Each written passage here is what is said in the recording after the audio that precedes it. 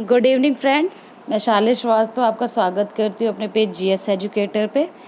रोज़ की तरह आज हम फिर से एक नया पेज लेके आए हुए हैं, एक नया टेस्ट सीरीज़ लेके आए हुए हैं।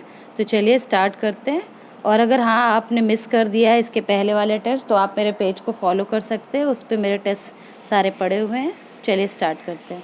आज का पहला क्वेश्चन है, वैदिक कर्म कांड में होता का संबंध किससे है? आपके पास 4 ऑप्शन है। Option A Rigveda, option B Yajurveda, option C Samaveda और ऑप्शन डी अथर्ववेद। इसका राइट आंसर है ऑप्शन ए। ऋग्वेद की जो मूल लिपि है वो ब्राह्मी लिपि थी। ऋग्वेद में कुल 10 मंडल हैं और 1028 मंत्र हैं। ऐतरेय तथा कौशिताकी ऋग्वेद के 2 ब्राह्मण ग्रंथ हैं। पतंजलि के अनुसार ऋग्वेद की 21 शाखाएं हैं।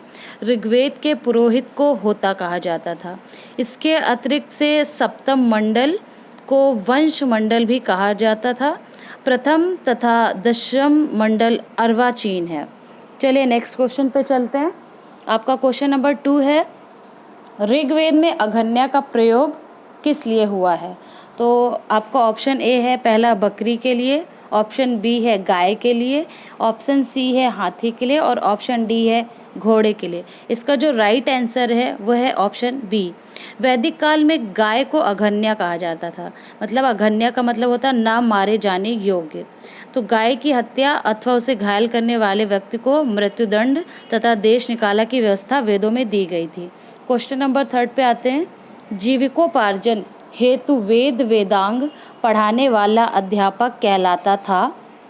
ऑप्शन ए आचार्य, ऑप्शन बी शिक्षक, ऑप्शन सी उपाध्याय, ऑप्शन डी पुरोहित। इसका जो राइट आंसर है वो है ऑप्शन सी।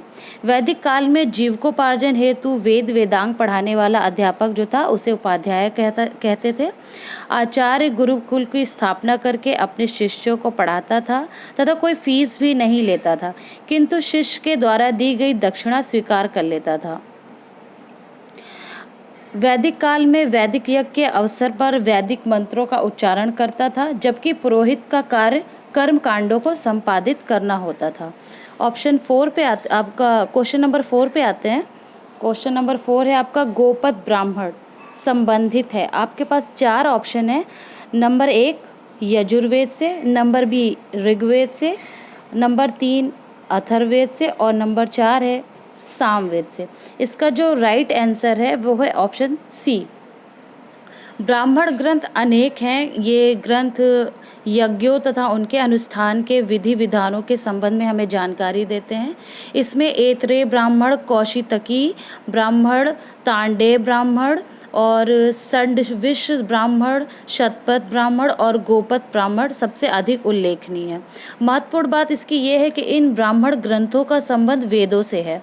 ऐतरेय ब्राह्मण तथा कौशितकी ब्राह्मण का ऋग्वेद से, तांडेय महाब्राह्मण का षड्विश ब्राह्मण तथा जैमिनी ब्राह्मण का सामवेद से है।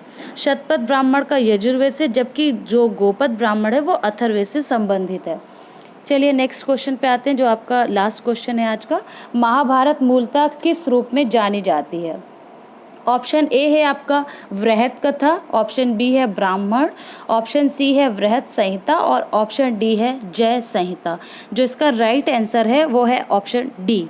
महाभारत के प्रारंभिक रचना काल में 8800 श्लोक थे और इसे जय संहिता के नाम से ही जाना जाता था।